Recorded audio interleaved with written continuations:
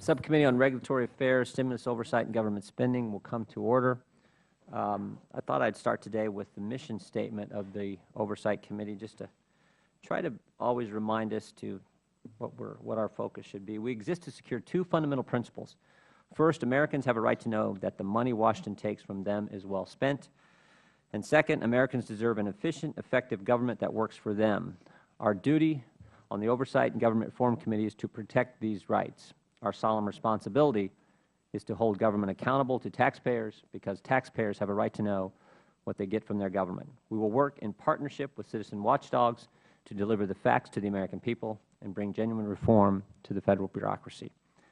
Again, I want to welcome all the Republican members who are here this morning, and great to have you as part of the committee, and we'll maybe introduce the rest of our team when they arrive. It's a busy day, as you all know, here on Capitol Hill. And I'm also pleased to have as our ranking member Mr. Kucinich, a good friend of mine from the great Buckeye State, who I've enjoyed working with on a number of issues over the past two Congresses. So great to have you, as well as the ranking member of the full committee has joined us today. Mr. Cummings, we appreciate your presence as well.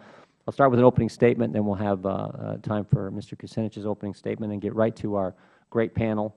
Unfortunately, as you can see, the two individuals we invited from the administration, former member of the administration, current member of the administration, have decided not to come. That we think that's unfortunate, and we'll talk about that a little bit later. 2 years ago, the President signed the single most expensive piece of legislation in American history, more expensive than the entire Vietnam War or all the Apollo missions. An official report released in January of 2009 by the Office of the President-elect and the Vice President-elect made very specific promises for the stimulus. This record-breaking spending spree was supposed to keep unemployment under 8%, and by today it was supposed to be at 7%. Instead, of course, the unemployment rate has been at or above 9% for 21 consecutive months. In our state of Ohio, it's been higher than that for that same time period. 13.9 million Americans remain unemployed. But that doesn't tell the whole story. Over the same time period, almost 100,000 people have dropped out of the workforce in our state of Ohio. We now know the disappointing truth. The stimulus failed. It failed to meet the administration's goals for job creation. It failed to meet the administration's goals for growth. It failed to meet every meaningful performance standard, every metric of economic activity, basically every single market test of prudent public policy.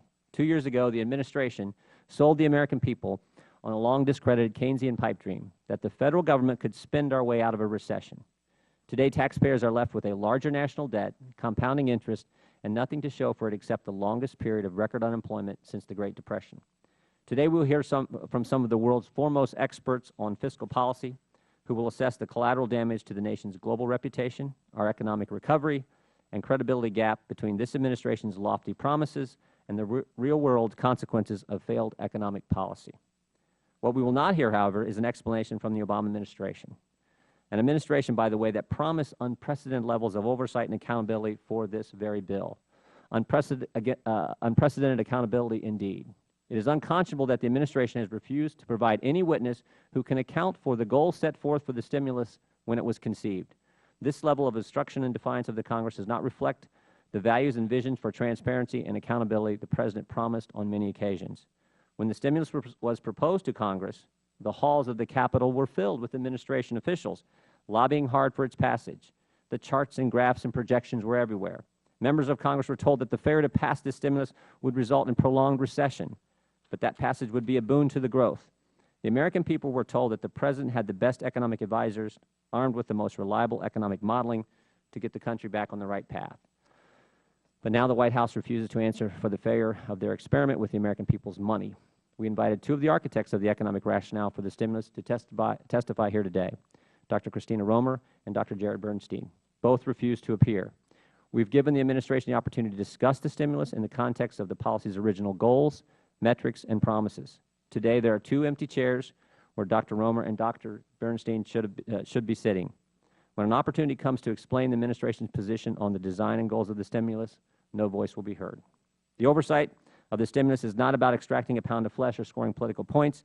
This subcommittee, however, has a duty to the American people to seek to understand how the stimulus was conceived and why it failed, so that taxpayers are not subjected to this sort of economic misadventure again. The budget released by the President earlier this week reaffirmed the need for hearings like the one we are having today. The budget revealed that the administration is unwilling to answer the mandate put forth by the American people last November, that they want Washington to stop wasting their tax dollars. The budget shows that spending would be higher than it was in 2009 and 2010 when we were in the midst of the downturn. Federal spending this year will be $3.8 trillion and comprise an astonishing 25.3% of GDP and result in a deficit of $1.65 trillion, the highest since World War II. Call it an investment, call it whatever you want. Our economic position is extremely fragile, and we are in danger of losing the future. The longer it takes to get us on a pro-growth track, the worse off we will be. This hearing, in my mind, is the first step in understanding why the President's policies have failed, why doubling down with more spending and more borrowing will only result in more of the same poor results that has left our great nation in this precarious economic situation. With that, I would yield time to our distinguished ranking member, the gentleman from Ohio, Mr. Kucinich. Mr. Chairman, good to be here today. I want to point out that in terms of the invitations, that your staff invited one private citizen, one public citizen who were unable to attend today's hearing. I've been informed that the administration offered to provide two other high-level administration officials, notably a Deputy Secretary of Commerce and a Deputy Assistant Secretary for Transportation Policy from the Department of Transportation. And I've been told that your staff declined and further said the administration didn't want to make anyone available to talk about the stimulus program. I just want to point out for the record that two top administration officials were ready and willing to come today. And I think it's appropriate that we review the stimulus. I have no problems with that whatsoever. My point of view, a little bit different. I think that the Recovery Act was too small. The economy is still fragile. We have an unemployment rate over 9%. The depth of the recession was greater than predicted. Those who argued that the stimulus package was too small accurately predicted the severity of the recession was much worse than any economist initially thought. The Blinder-Zandy report people critical of the ARRA's effect on job creation said, quote, critics who argue that the ARRA failed because it did not keep unemployment below 8% ignore the facts that A, unemployment was already above 8% when the Stimulus Act was passed, and B, most private forecasters, including Moody's Analytics, misjudged how serious the downturn would be. If anything, this forecasting error suggests that the stimulus package should have been even larger than it was. And the same report also notes, while the strength of the recovery has been disappointing, this speaks mainly to the severity of the downturn. Without the fiscal stimulus, the economy would arguably still be in recession, unemployment would be well into double digits and rising, and the nation's budget deficit would be even larger and still rising. So Americans need to get back to work, which means our government is going to need to continue to spend in order to increase demand for goods and services. Public spending is necessary to get us out of this recession. You know, we gave significant tax breaks to the private sector. And if the private sector hasn't used that to create jobs, if the money that went to Wall Street didn't cause the private sector to create jobs, then the public sector has a responsibility to create the jobs in order to get us out of this recession. Today, throughout the day, I'll be pointing out that the Recovery Act succeeded in avoiding a recession that could have been worse, that there was an increase in GDP and job growth, that the stimulus impacted the recession quickly, and there, according to Blinder and Zandy, there was a Great Depression averted. I want to point out that, and I'm not the only one who's pointed this out. As a matter of fact, there's a book that's just been released recently called The Great American Stick-Up. It talks about how Republicans and Democrats enriched Wall Street while mugging Main Street. So we're both here trying to clean up a mess that's actually been created by people in both parties. And when you look at deregulation, deregulation was a failed policy. You know, we've had a full committee hearing where we have people testify about the financial service industry was inadequately regulated for decades. And you've got somebody in one of the publications today trying to still discount rules on derivatives, which sets the stage for another boom-bust cycle. And then you've got to look at the war. CRS has a report that says the cost of the war for the last, since Iraq and Afghanistan have come into our awareness, has been about $1.2, $1.3 trillion. Now, Now, this administration has actually accelerated spending on in Afghanistan. And the Democrats, my party, accelerated spending in Iraq in 2007. Both parties have responsibilities here. And, but the cost of this, the wars are taking our ability to be able to do a budget. They're just destroying it. And when you consider now that we have more information about the war in Iraq being based on untruths, when we have more information about the corruption of the Karzai administration and the total loss and waste of American tax dollars, you see that there's policy changes called for that both parties are going to have to come together and do something about. And one thing that I have confidence in is that Mr. Jordan and I do have the ability to work together. We may not agree on, on things, but we do have an ability to work together, and maybe this working relationship can create some circumstances where we can come up with some common sense approaches that will enable our country to get back on good footing. So I'm glad to be here with you, and let's go to the witnesses.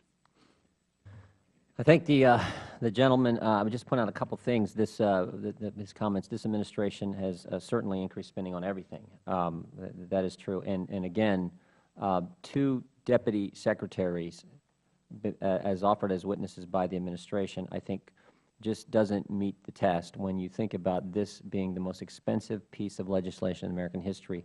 We wanted the architects. We wanted the people who put it together, who were the ones who understood the modeling and the reasons that they put the bill together. We wanted them here.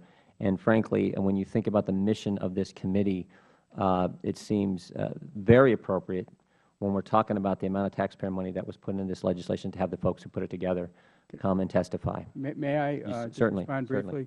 I agree with the gentleman that the gentleman, as chair, has the right to ask anybody to testify.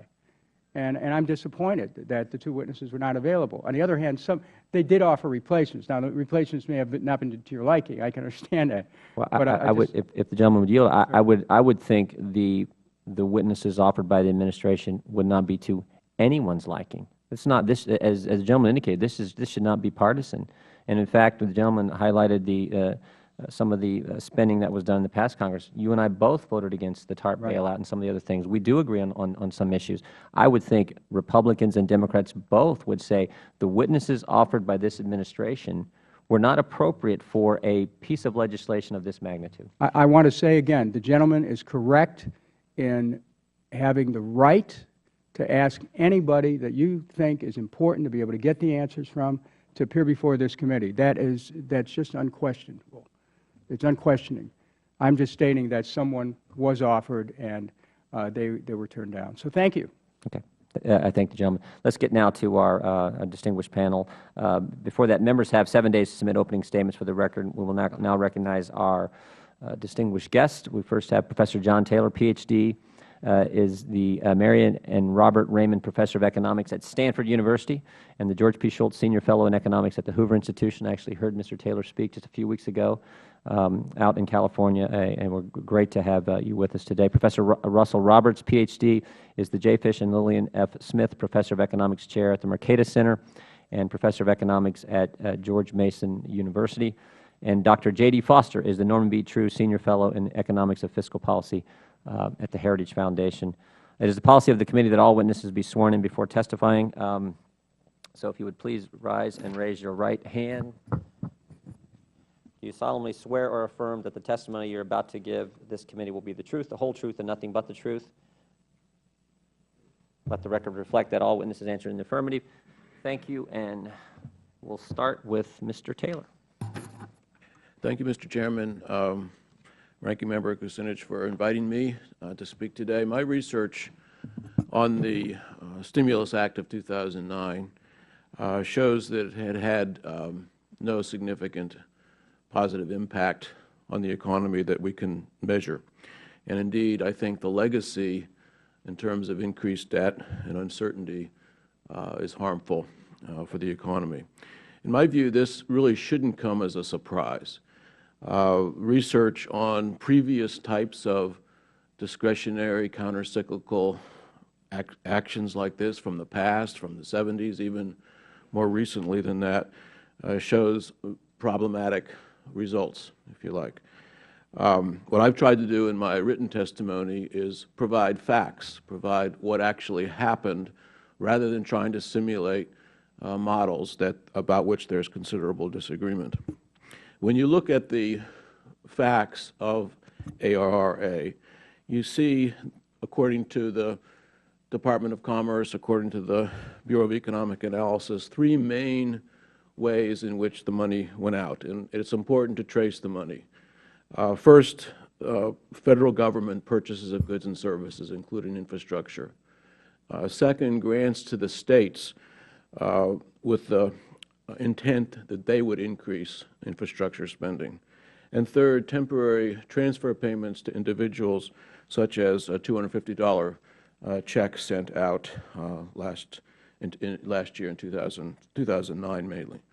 Now, when you look at these carefully, you see some really, I think, striking facts. First of all, a very small amount of infrastructure spending came from the Federal level. It's amazing. Only 0.04% of GDP went to infrastructure spending from the Federal level. This is by any measure immaterial and could not plausibly be a factor in the recovery that's sometimes mentioned. Economists sometimes debate the size of the multiplier. It is irrelevant when the thing the multiplier is multiplying is so teeny. When you look at the grants to the States, of course, these were substantial. But you also look at what the States actually did with the funds. They did not increase infrastructure spending. And in fact, they didn't even increase purchases of goods and services as measured in the national income and product accounts. Instead, it looks like these funds were used to reduce the amount of borrowing and perhaps increase other kinds of transfer payments to individuals. Again, it just couldn't have had an effect based on what the data show. And then finally, the temporary transfer payments to individuals, which were substantial in magnitude. The purpose, of course, was to jumpstart consumption. People would spend this money. But when you look at what happened, they didn't spend the money.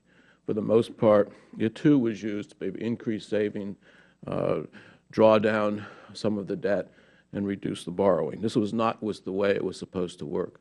This, in fact, is what economics would tell you. Temporary payments like this do not stimulate consumption in appreciable magnitudes. We've seen that in the past. We saw that even back as short ago as 2008. Again, this is what one would have predicted. When I look at the, if you like, cross-checks of these data to see in the aggregate how much government purchases stimulated the economy, it's just there's no correlation between that and the recovery. Instead, you see private investment, you see net exports driving whatever recovery we have had. So when I look at this overall, it seems to me, looking at the data, looking at the facts, tracing where the money went in the aggregate, using data provided by the Department of Commerce, you see a very small effect, I would say even immaterial.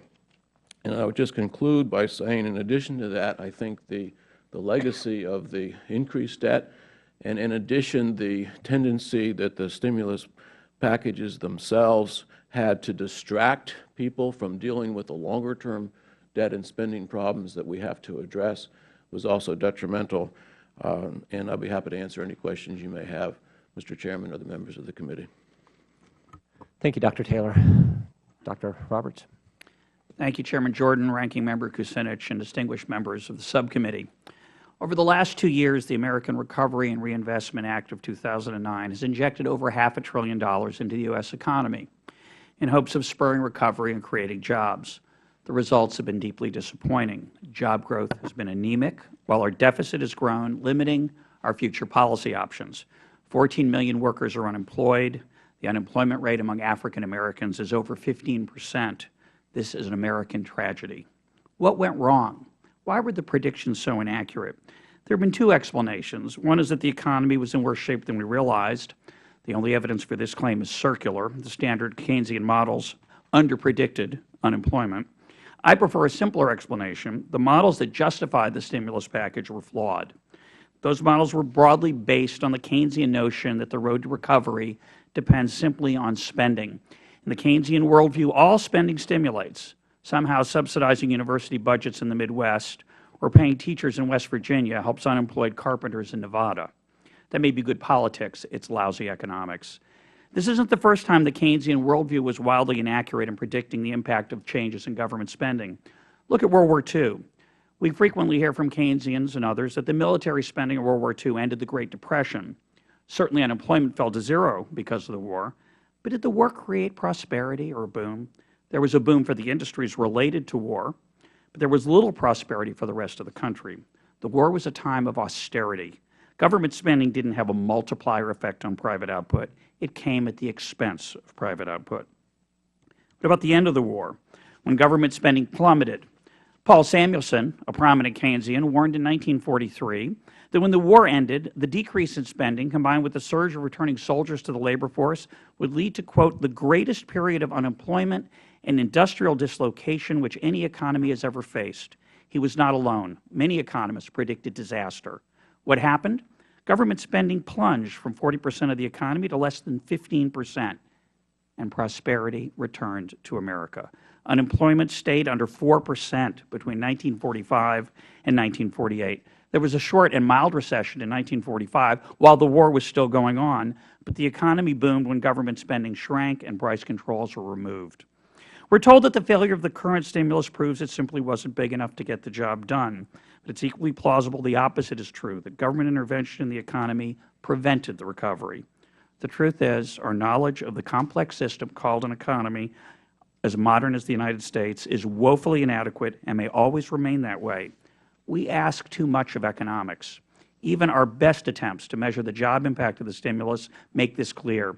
In November of 2010, a few months ago, the CBO estimated the stimulus had created between 1.4 and 3.6 million jobs, not a very precise estimate.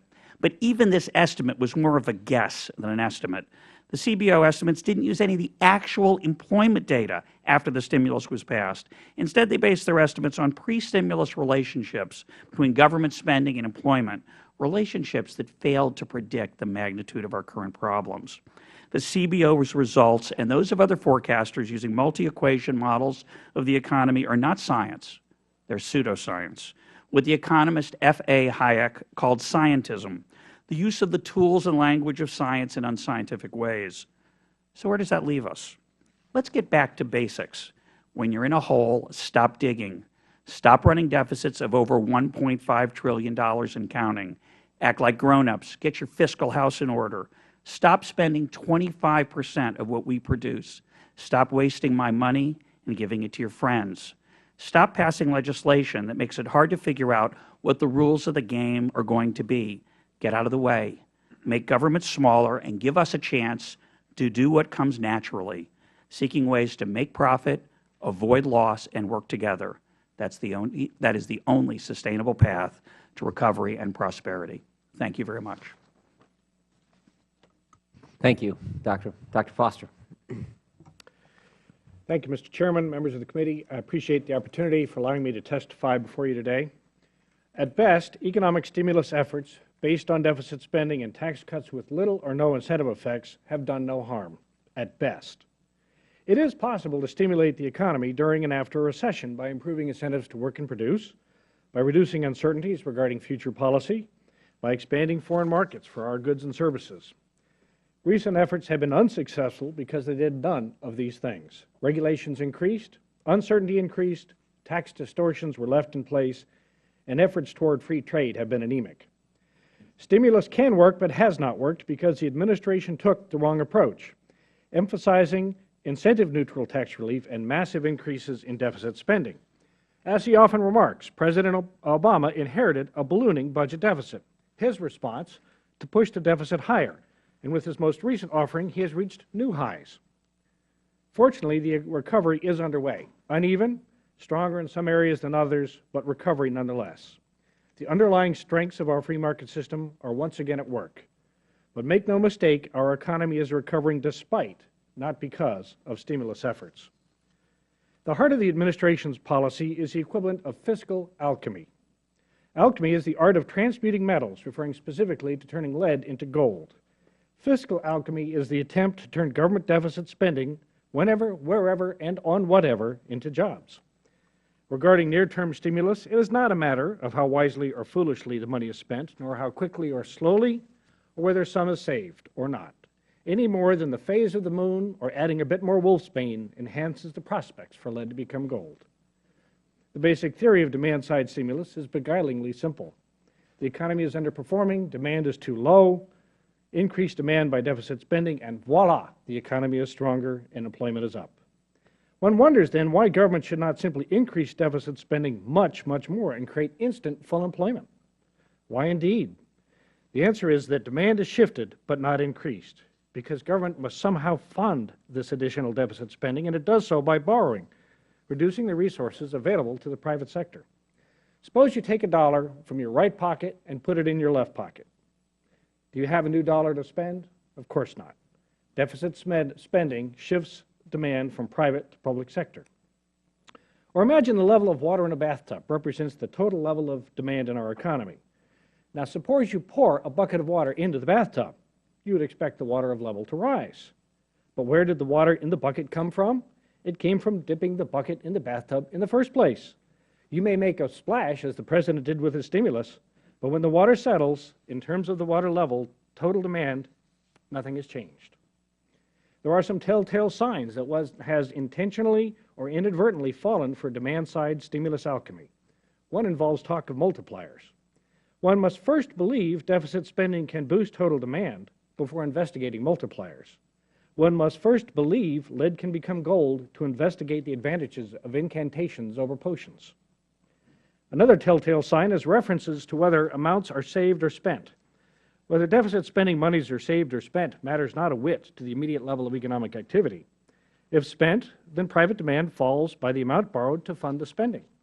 If saved, then all that has happened is a shifting of portfolios. Government debt is higher, private saving is higher, but total demand is again unmoved. Support for demand-side theory often comes from observing that private saving might be parked in unproductive locations, and well it might. But unless saving is withdrawn entirely and held in cash, it remains part of the financial system, and banks and other financial institutions are lending those to somebody else to use. And if the saving is withdrawn and held in cash and out of a distrust of the financial system, then there's nothing about a government selling prodigious amounts of debt that is likely to reassure that fearful saver to put the saving back into the financial system for government to borrow. Because the budget deficit today is so enormous, the nation's policy options, aside from halting or reversing the regulatory onslaught, are severely limited, confined essentially to expanding free trade and cutting spending deeply to restore fiscal balance. Unfortunately, in his budget, the President punted, as the Washington Post, among others, opined. It is therefore up to the Congress to act. Near-term efforts to cut spending are essential, but must be seen as but the first step in a steady march against government spending, including reforming the major entitlement programs to stabilize these programs and to restrain government spending. The best fiscal policy now is to get the nation's fiscal house in order by cutting spending repeatedly. Thank you, Mr. Chairman. Thank you. Thank the witnesses. Look, I think the American people are asking, when does this stop? I mean, I've been saying for months, if big Federal government spending were going to get us out of this mess, well, for goodness sakes, we'd have been out of it a long time ago, because that's all the government's done for 2+ years. And frankly, it did start even under the previous Republican administration. And as Mr. Foster pointed out, it's been taken to new levels with this administration. So I think instinctively the American people understand the stimulus didn't work, transfer payments, propping up states, bailing out. They know it didn't work. But I also think they're beginning to realize that not only didn't it didn't work, it caused harm, as evidenced by the record deficits, record debt that we have in front of us. And frankly, I think as Dr. Foster pointed out, and maybe our others as well, I still remember the first principle they teach you in economics class, this crowding out concept, or opportunity cost. When you take resources and devote them to one thing, by definition they can't be used somewhere else, frankly the more efficient private sector where they can't be used. So I think the American people get it. My question goes right to where Dr. Foster left off, so we'll start here and work backwards, is this budget, as I begin to look at it and delve into it, that the President unveiled on Monday, I think continues the same pattern. It's the same old, same old. It's big government spending. It's now a record deficit on top of a record deficit on top of a record deficit. So give me your thoughts on this budget and frankly, the tax increases and the spending contained in it, how harmful that's going to be as we again try to get below 10% unemployment, get back to a more normal economy, and then frankly a growing economy. We'll start, Mr. Foster, and work backwards. I think this budget, if it were enacted, would be extremely harmful to our economy for a number of reasons. One, it's an enormous increase in the national debt, with the deficit projected at $1.6 trillion, finally breaching clearly the 10% of our economy level. This is creating more and more uncertainty as to— Let me interrupt. And I think this is pretty common consensus. You got to be at 3% of GDP or below. I would argue below that, frankly, to have any type of sustainable deficit that you're carrying. Would you agree? Depending on the rate of interest, a normal long-term rate of interest, something in the order of 2.5 to 3% is sustainable. Okay. We are well beyond that. Exactly. And oddly, we are in a situation where we are far more irresponsible, frankly, than all of our European friends, who recognize the situation they're in. The stimulus that they employed didn't work either. And they are now embarking on a strenuous program, a painful program, of getting their spending under control and their deficits under control, because they realize that that is the key to short-term and long-term prosperity. Short-term because these deficits are creating uncertainties. Uncertainty is the enemy of prosperity. Well said. Well said. Dr. Roberts. The reason that uncertainty is the enemy of prosperity is because we need investment. We need risk-taking. Sorry. The reason that uncertainty is the enemy of prosperity is we need investments, and investments require risk-taking. And if the future is uncertain and people are nervous about the future and have anxiety about it, they're less likely to take risks. We've done a bunch of things in the last 3 years, 4 years to reduce the incentives for risk-taking. And worse, the risk-taking we have encouraged has been imprudent. We need prudent risk-taking. So we have the uncertainty about the deficit, the fact that future tax increases are coming, but we don't know how that's going to be, the nature of that burden, how it's going to be financed.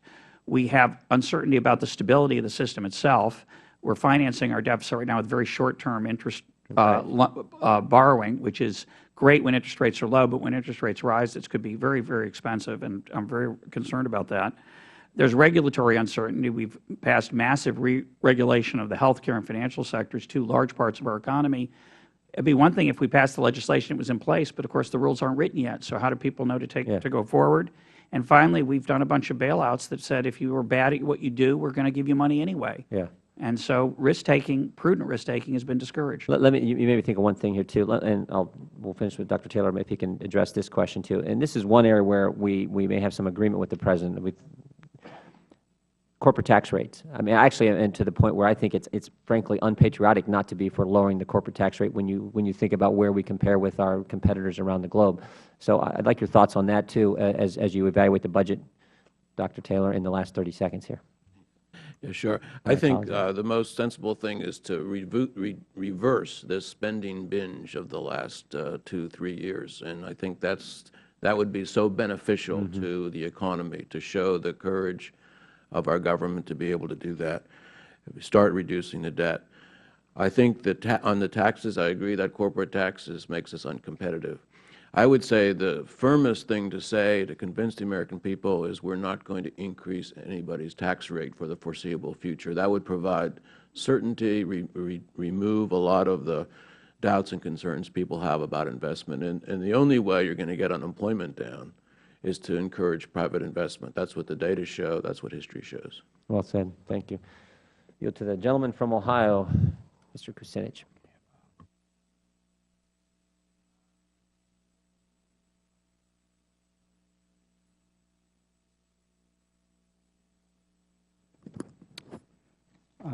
I thank the gentleman. I have some questions for Professor Taylor, but before I begin, I just want to make some observations here.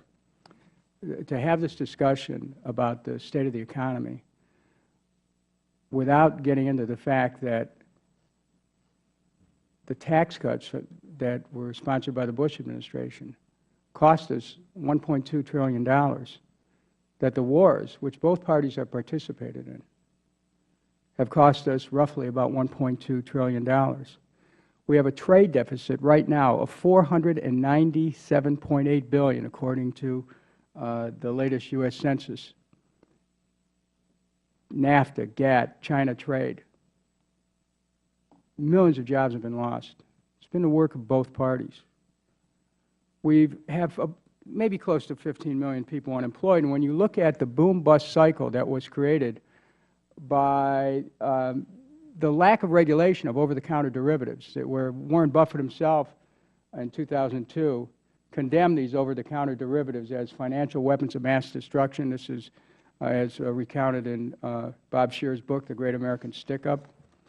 When you look at the $700 billion bailout, which Mr. Jordan and I both voted against, when you consider that Wall Street is recovering and Main Street is not, that stock prices are going up, but the regulations that need to be in place to stop another boom-bust cycle, it's still pretty shaky as to whether we'll be able to avoid that. I think that, the testimony that we have here is very interesting, but maybe you don't even have enough time to get into this, but it's inevitably incomplete. Okay? We have to have a complete picture of how we got to where we are, and it has to be really not driven by partisanship, which I don't see my colleague here is a very partisan person, but it has to be delivered. We have to focus on the facts. Now, Professor Taylor, your testimony concludes with these statements. Many evaluations of the impact of ARRA use economic models in which the answers are built in. And you also say that, quote, you also say that approach makes less use of simulations of existing econometric models, although it uses general theories such as the permanent income theory or similar theories of government behavior. Now, Professor Taylor, earlier this month, Dartmouth economists writing for the National Bureau of Economic Research published a paper, which I moved to put into the record without objection, that found a positive effect of the stimulus on a state-by-state basis. The authors acknowledged that their approach probably understated the effect, although it was nonetheless significant. Professor Taylor, is it your testimony today that the NBER analysis of the stimulus was erroneous because, as you said, many studies had the answers built in?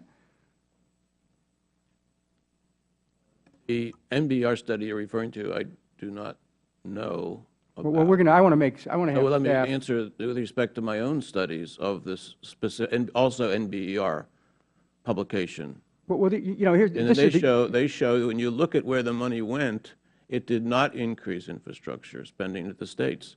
And so it's very clear in the data. Well, I can say that as far as the infrastructure spending as a percentage of the ARRA, that I would have preferred that it would have all been for infrastructure, but it wasn't. However, this NBER paper is in fact critical of your work, and what the authors wrote were other model-based evaluations such as Kogan, Quick, Taylor, I think they're referring to you, and Weiland, conclude that the government spending multipliers are significantly smaller than those claimed by advocates. Again, their conclusions are based entirely from existing models and gain nothing from the actual data, I want to stress that, from the actual data on employment before and after the implementation of the ARRA. So isn't it true that much of your testimony here today would be subject to criticism from these authors, which in fact is the same criticism you make against others? I'd just like to see economists arguing. No. Well, I can answer. No, it doesn't apply to what I testified about today. It applies to other work that I've done in the spirit of simulating models. And my whole point of this testimony is to go beyond the disagreement about the models and look at what actually happened. And that's what I'm doing, and I think it's very clear when you look at the data, and I couldn't agree more that you have to go beyond the models. Well, let me ask you this. Would you have said, let's say, all $787 billion should have gone into infrastructure spending, or would it be your position we shouldn't have spent anything in trying to stimulate the economy? It's a matter of what actually government can do.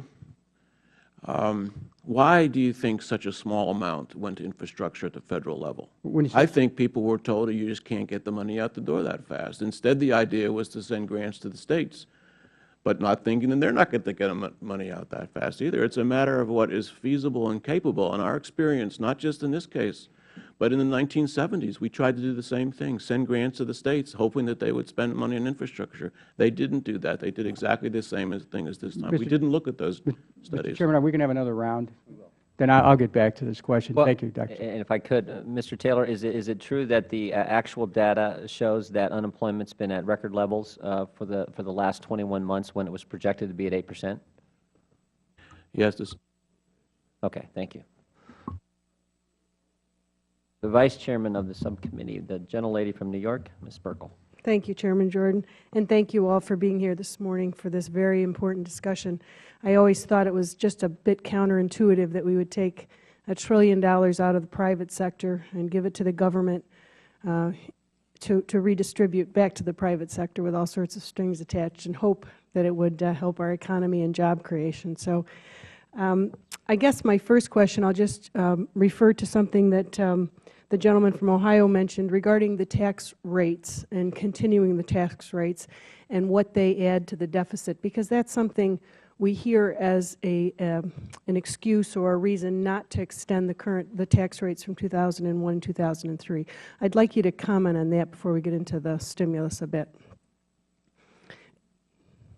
So I think the agreement to extend the tax rates that are in the law currently is a very important stimulus to the economy.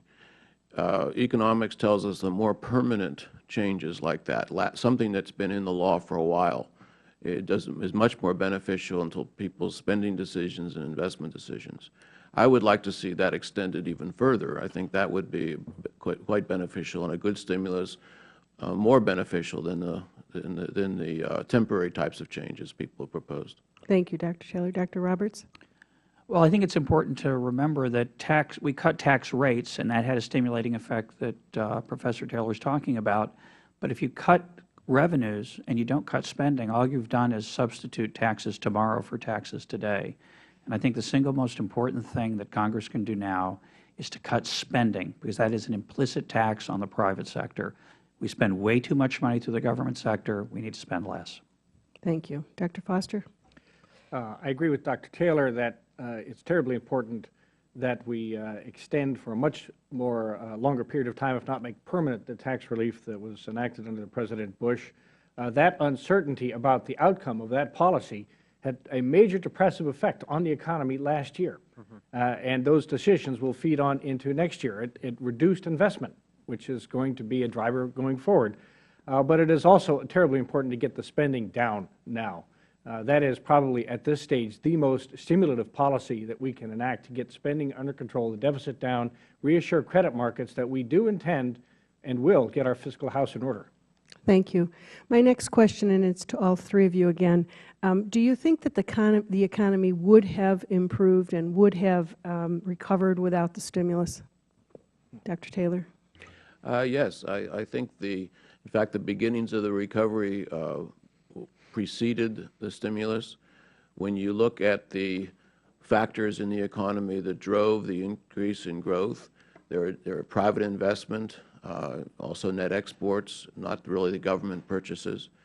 So very much so, I think that, in fact, at this point in time, you can point to the stimulus and related reasons for the higher debt as holding back the strength of the recovery at this point. It has been disappointing, especially last year. We hope it's picking up. But I think it would have been better without this kind of a stimulus. Thank you. Dr. Roberts? The only thing I would add to that is the funneling of money, federal tax money, to the states encourages their misbehavior. I think it's extremely important that people who live beyond their means learn to change their behavior. And we continue to enable that, and we just push off the day of reckoning down the road. I think that's irresponsible, and I think we ought to be changing those incentives. Thank you. Dr. Foster? As I testified, I believe we could have enacted stimulus that would have helped. But the President chose a different path. He chose a path that was not going to be effective because you do not add money to the economy by first taking money out of the economy. And that's the fundamental flaw of the theory. And thus, I think, on balance, we would have been better off. At best, this policy did no harm, at best. Thank you. And I'm sure we'll get to this. My time is soon to expire. I'd like to hear from all three of you regarding what your recommendations are to grow our economy and to really get at the root of this problem. What can we do as a Congress to help improve the economy of the United States? The three things, and this is before the stimulus. First is to make sure we're not going to increase tax rates. It is not necessary to do that to deal with the deficit, and it would be beneficial to growth. Second, lay out a plan to get the debt explosion over with. We have projections by CBO of debt just skyrocketing. Lay out a plan so they score it to come back down to reasonable levels. That will reduce uncertainty, give people faith back in our government. And third, I think it's important to address this spending binge we've had recently. spending going from 21% to 25% of GDP and not really coming down very much is something that should be addressed. And that will stimulate the economy because the jobs come from the private sector. Thank you. We can maybe continue those. Sure. Thank you. Now turn to the distinguished ranking member, the gentleman from Maryland. I want to thank the Chairman for calling this hearing, and I want to thank our witnesses for doing an outstanding job. As a member of the Joint Economic Committee, we've had Mr. Zandy appear, Mark Zandy, who was the advisor to John McCain, Senator McCain, when he was running for president, come and testify before us. And he testified and acknowledged that the Recovery and Reinvestment Act had significant effect on the economy. And he said something else that I found very interesting. He said that, you know, a lot of people think economics is, you know, a science where everybody's going to agree. He says you're going to have some disagreement. But I find it, I must tell you, that it concerns me when I have a chorus of folks saying all the same things. So I just want to ask a few questions, and I'd just like a yes or no answer. And Dr. Taylor, you talked about the facts, just the facts, and I want to go to some of the facts and see what you all think of this and the things that we do know, okay, the things we know. And I just want a yes or no answer on these, and then if I have time, we can come back and you can explain. Over 75,000 total projects have been started across the country under the Recovery Act. Have they had any positive effect, yes or no? Yes or no? Just yes or no, and I'm going to come back and let you explain it. I'm sure some of them have a positive effect, but it's the question. Okay, I've got 7 questions. Okay, all right, okay, I'll come back to you, I promise. Yes or no? A little bit, yes. Okay. Surely. Dr. Forster? On net, no. All right. More than 110 million, or 95% of working families, have been receiving a boost in their paychecks each week through the Making Work Pay tax credit. Has this had any positive effect on these families, yes or no? Okay. Yes. On the family, certainly. All righty. Almost 70,000 small businesses have received nearly $30 billion in loan assistance through the stimulus. Has that had any positive effect on those businesses? Yes. Yes, on those businesses. Keep your voices up. Let's hear you nice and loud. Your testimony was loud. Come on, Dr. Forster. Yes, on those businesses. Right. Under the Recovery Act, more than 2,800 loans to farmers and ranchers were guaranteed. Has that had any effect on the farmers and the economy? Mr. Taylor. I haven't studied that. Okay, you haven't studied that? Sir, I'm sorry, I didn't hear you, sir. So I have not studied. Okay, you got to keep, okay. I've not studied those particular. I understand. No, you didn't study it. Dr. Roberts? I'm sure it was good for them. All right, but not on the economy, right? I don't know. All right. I'm not going to say yes or no to that. Okay, fine. And you, Dr. Forster? On those farmers, yes. But not on the economy? No? That's correct. All right. More than 300,000 families have made home improvements to reduce their energy use and cut their utility bills. Will those families be able to appreciate any results from the Recovery Act? And does that affect the economy, the fact that we're putting people to work to do those repairs, like in my district, and districts of almost every single member of Congress, by the way? Mr. Taylor? Dr. Taylor, I'm sorry. On the overall economy, no. Okay. On the individuals, yes. Dr. Roberts, now, go ahead. Which projects are those? The home improvement? Yeah, home improvement. Is that the insulation and the weatherproofing? Weatherproofing, retrofitting. Incredibly badly run program, very ineffective. So you're saying it had no effect on the economy, or it had? Not a positive effect overall, good for the people who work doing it, but not for the rest of the economy. People, the 15% that you talked about, African-American unemployment rate, as a matter of fact, it's higher in some instances in my district. But there are people who I just witnessed doing those jobs, having a tremendous impact, that would not have been working but for. Perhaps. But you still say no effect on the economy? Perhaps they might not have been working. It's hard. No, it's hard to know. No, they would not have been. Believe me, I live there. All right. Okay. Well, I'm glad for them then. All righty. That's great. Dr. Forster, how about you? On the economy, no effect. For those families, I can't judge their decisions. I presume they made wise decisions for themselves. The Department of Housing and Urban Development has rehabilitated over 409,000 homes and built 5,700 new homes, will the families who reside in those homes experience any benefits from the Recovery Act, and does that affect the economy in a positive way? The individuals who benefited from that are benefiting. The overall economy, no. Ditto. You going to ditto too? I'm going to ditto. Trying to move it along. We've got a great course here. Trying to help you. Under the Recovery Act, more than 4,000 Department, and this is my last question with the indulgence of the Chair, 4,000 Department of Defense construction and improvement projects have been started at over 350 military facilities. These include the construction or improvement of military hospitals and 25 child development centers. It also includes over 70 military family housing improvement and construction projects. Will these projects result in benefits for anyone? Do they affect the economy, or did they affect the economy in a positive way? We'll start with you, Dr. Forster. In the aggregate, no, sir. Yes. Don't know. Good for them who got the money.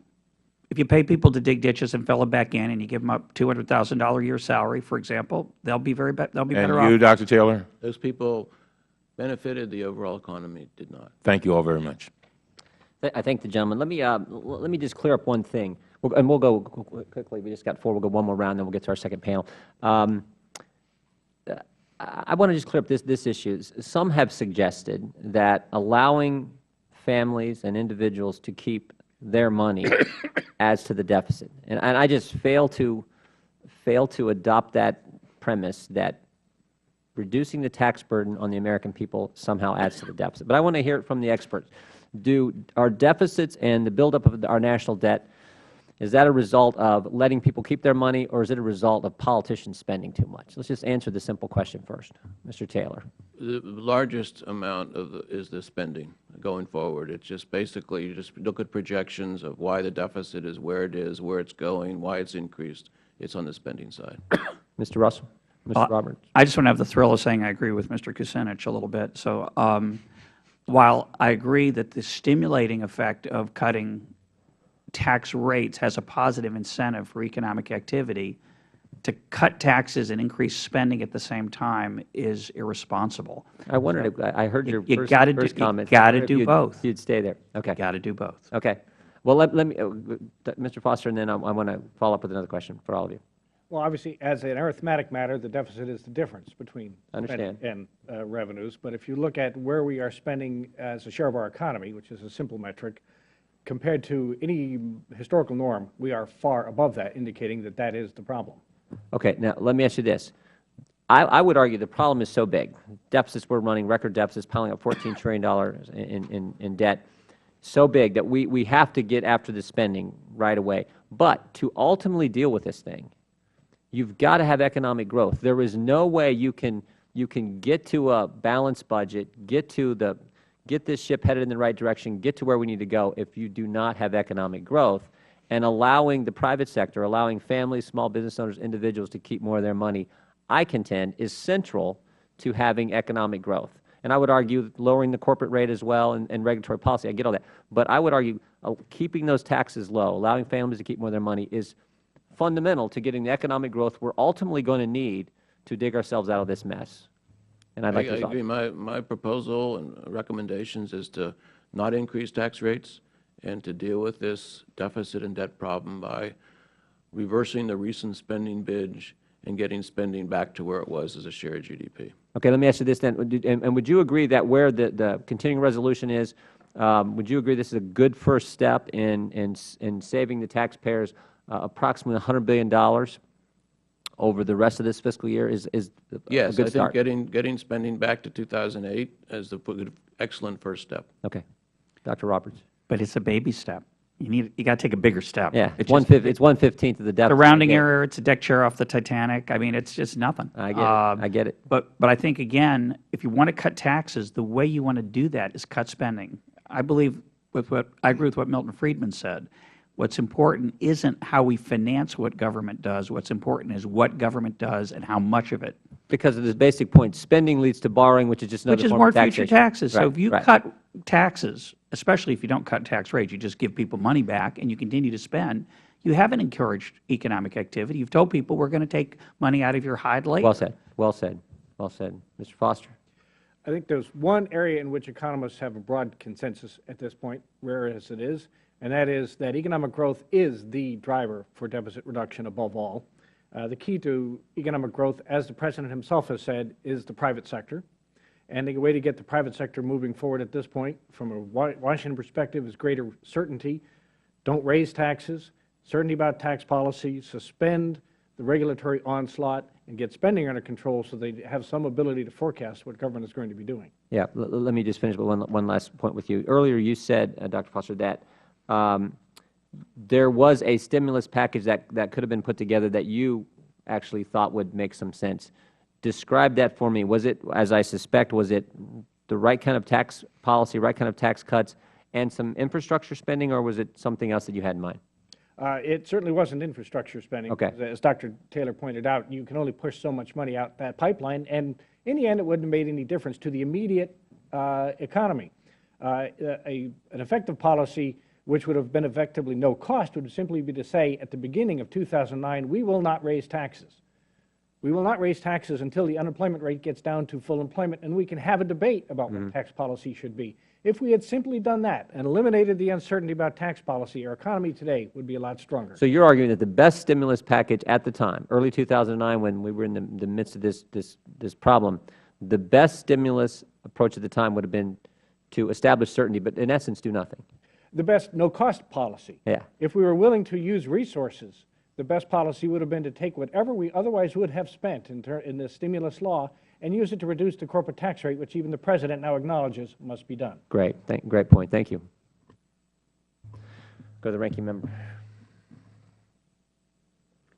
It's really mystifying to hear witnesses extol taking the wraps off the private sector when you consider that the reason why we went into the dumper was because you had the Financial Modernization Act passed, which basically took down the Glass-Steagall firewalls, which separated commercial banking from investment banking, and permitted the avalanche of over-the-counter derivatives, the black box investing that went on that created the crash that we had. And now we're saying, well, if only the private sector, read Wall Street, can have its way again. Look, they already took the country over the cliff once. I think we ought to be in a position here where we at least recognize what happened so that we don't let it happen again.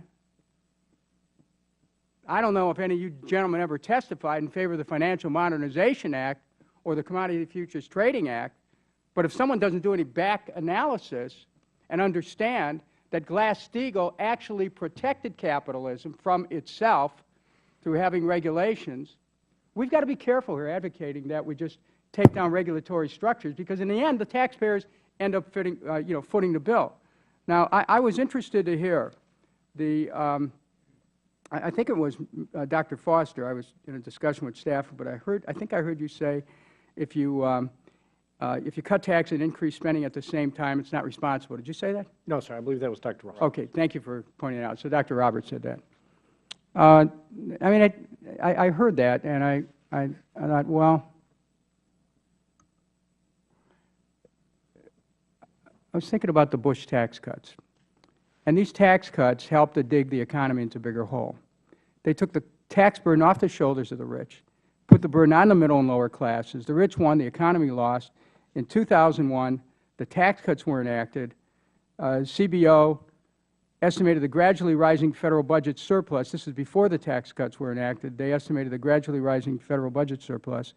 And CBO forecast a surplus of 5.3% of the GDP in 2011. That was 10 years from the time they made the first analysis.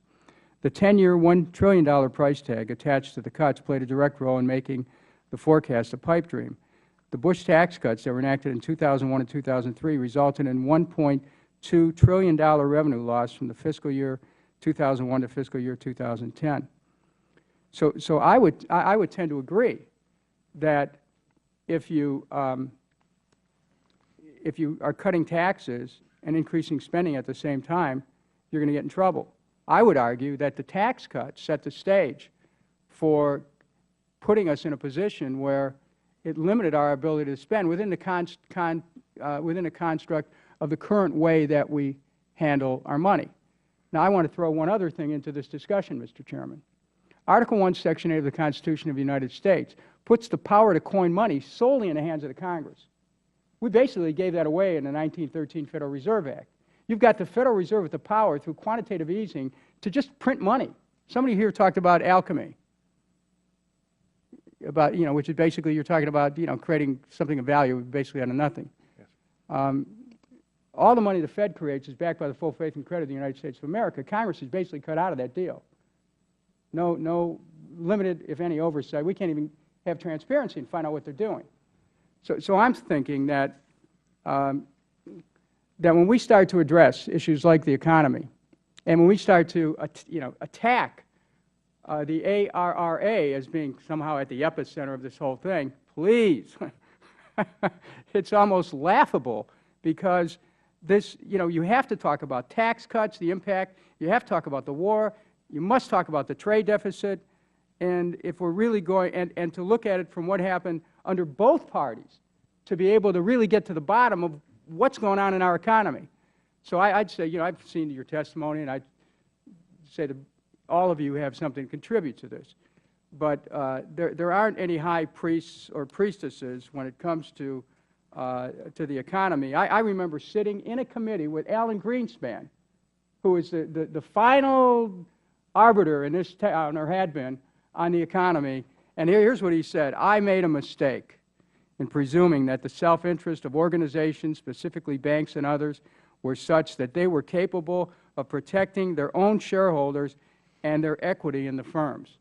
Now, if the best of the best gets mystified in this town, who are we? I just say, let's look at some facts here.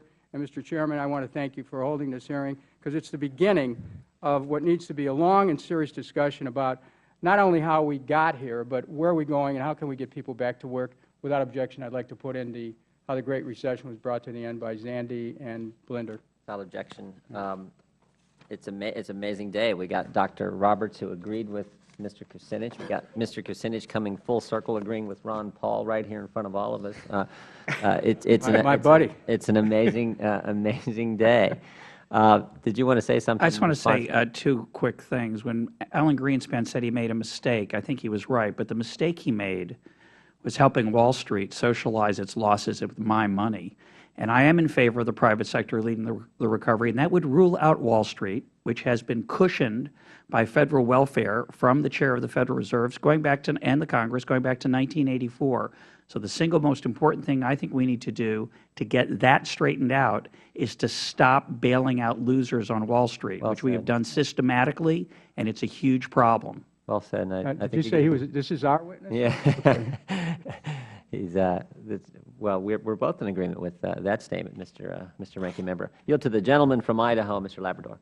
Thank you, Mr. Chairman. Gentlemen, thanks for being here. And I think to go full circle, I'm actually going to say that I agree with the ranking member on one thing that he has said, and that is both parties have brought us to this brink of catastrophe that we're at. And it's one of the reasons that I ran for Congress is because I don't think this is a Republican problem or a Democratic problem. It's an American problem. And we've had complacency and irresponsibility here in Congress for far too long.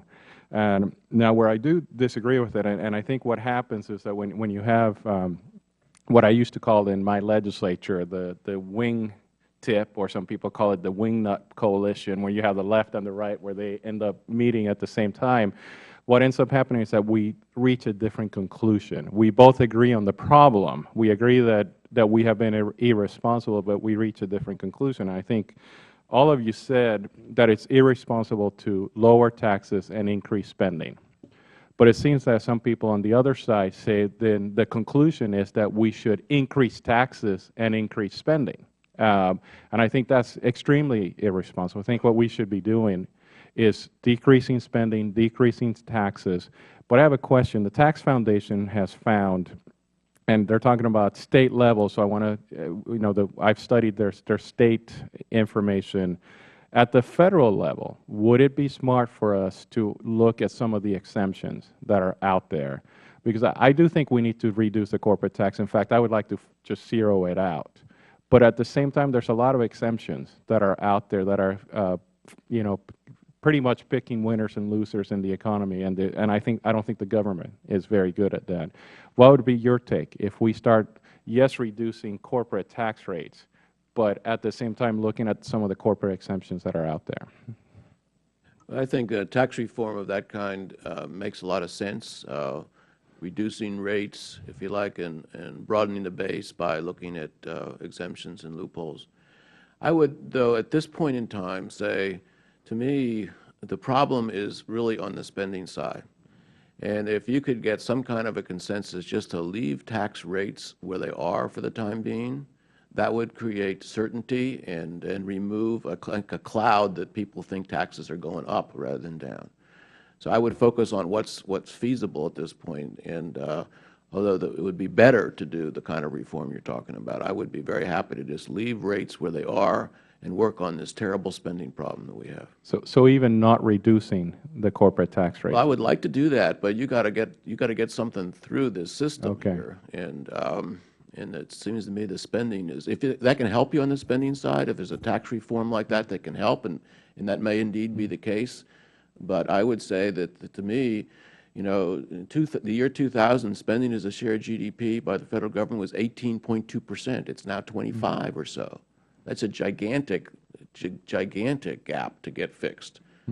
Spending, tax rates, tax revenues, when we get back to normal, will not be that much different. Okay. If I could get an answer from the other. Well, you know, the big issue here is that the corporate income tax should be zero. Most economists would agree that it should be zero. And the reason isn't because we should give money to corporations. It's because corporations don't pay the corporate income tax. Consumers do. It's a hidden tax, and it discourages investment and risk-taking. So tax simplification is a good idea. Broadening the base is a good idea. But the big problem you have is that giving away money is more fun than not giving it away. And that political challenge is what you have to face. So I think it would be wonderful if we could reduce the corporate tax rate, but with budget deficits as large as they are, that's problematic. The President has called for revenue-neutral corporate tax reform, which philosophically I agree with. It's very difficult to figure out exactly what loopholes you ought to get rid of and which are intrinsic to a corporate income tax base, but that's an important discussion. Where we are today, however, is an economy that's struggling to recover. And if we start on a road of corporate tax reform, that means businesses don't know what tax system they're going to be operating under. We just managed to create yet another source of uncertainty. In this case, a source of uncertainty intending to do something good.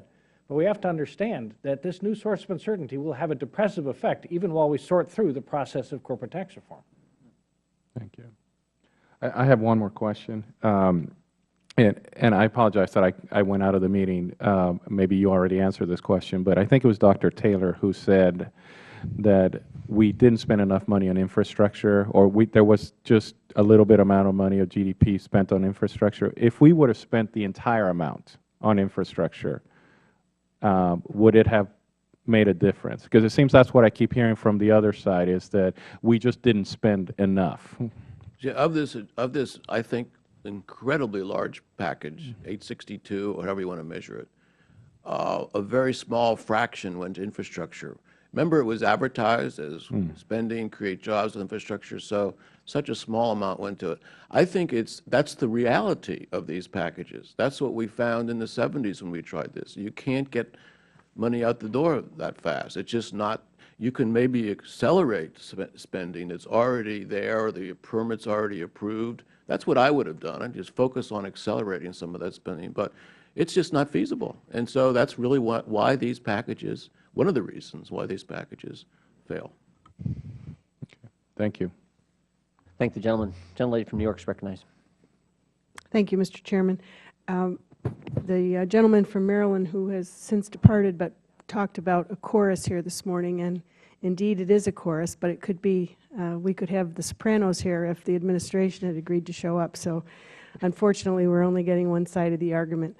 I'd like to just briefly, before I get into this pro-growth that we've talked about, what we can do to help the economy, just can you tell either one of the three of you the approximate number of Americans who have lost jobs with the stimulus, since the stimulus plan was passed? It's approximately 6 million extra unemployment workers, because not because of this, but as at the same time occurred since the depths of the recession. Thank you. Thank you. We talked about reducing spending and the need for this Congress to really pay attention and as you mentioned, start with the $100 billion in the CR, that cut. What about if you've heard the other side talking about tax rates and the need to increase taxes because of what they do to the deficit. You all said that's not so. If we can keep tax rates permanent, hopefully extend those rates permanently, what a good effect that would have. What about if we reduced those tax rates? What if we did what Ronald Reagan did and got those tax rates down for Americans? What do you see, what effect do you see that having in terms of a pro-growth approach to how we're going to get this economy turned around? I would say very briefly, if you're able to reduce marginal tax rates, to stimulate entrepreneurial activity, to stimulate creation of jobs that way, that's beneficial to economic growth. You do there, at that point, have to think about spending, however, and as my colleague Russ Roberts indicated, I would say that, what a goal would be, and it seems to me feasible, and the American people would like it if they understood it, would just be to return spending to where it was in the year 2000 as a share of GDP. That's less than 19%. And so that gives you lots of opportunities to, I think, reduce tax rates of the way you're asking about. But you really got to be sure that you're able to bring some kind of a consensus around. It's not going to happen right away to bring spending down to those levels. It was fine at that point in time. What was so bad about spending levels at 2000 levels? And so I think that would be the way I would look at this, focus on the spending. I just make the point that I think as John pointed out, tax revenue right now is about 14-something% of the economy, tax revenue, and we're spending 25% of the economy through the government. Now, which is the tax rate? Is it 14 or is it 25? It's 25. It's 14 today and 11 tomorrow down the road. So I know it's a dead horse, but you got to get this horse to life. If you want to encourage incentives and risk-taking and investment, got to get the government having a smaller role in the economy and give some oxygen in the room for the private risk takers.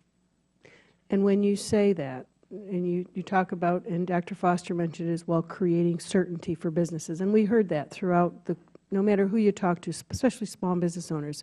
We don't know what's going to happen with the health care bill. We don't know what's going to happen with the financial regs. We don't know cap and trade. Fortunately, that stalled in Congress. So those kinds of create uncertainty. What can we do, in addition to extending the tax rates permanently, to create certainty that sends a message out to the private sector?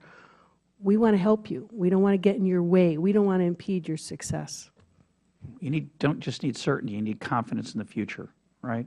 And that's why I think responsible budget cutting signals to the world and to the entrepreneurs here in America that we can act like grown-ups, that when we want more of something, whether it's the war in Afghanistan or some other program, we're going to cut something else back. That's what families do. When we act irresponsibly, we tell the world we're not acting like grown-ups. Thank you. Dr. Foster, do you? Yeah, implicit in the massive budget deficit that we have today is the uncertainty about what Congress is going to do about it. What taxes are they going to raise, if any, to close that budget deficit? What spending are they going to cut instead? If we don't know which they're going to do, they don't have a certainty about the outcome of that policy. So the budget deficit and reducing the budget deficit is part of gaining the certainty we need. That is an activist policy towards certainty that will be very helpful to the economy. And we haven't mentioned it today, but another area of tremendous certainty or uncertainty that's been created that's going to unfold in the coming years is Obamacare. Now, we can have health care debates till the cows come home, but the simple fact is, from a business's standpoint, not knowing what the regulations are going to be, that they're going to be fundamental in changing that marketplace, you can't make investments. You can't hire because you don't know what your circumstances are going to be. This creates a regulatory freeze on businesses. We can debate whether it was a good policy or not, but one thing is certain, this was not a good time to be imposing this kind of uncertainty on businesses who are being asked to invest because they're confident in the future. Thank you. Thank you. I want to thank our panel, distinguished panel, for your time and for staying for a second round. We really appreciate you being here today. You've been very helpful. And we're going to move right to our second panel, hear testimony. And so if the staff could get that set up.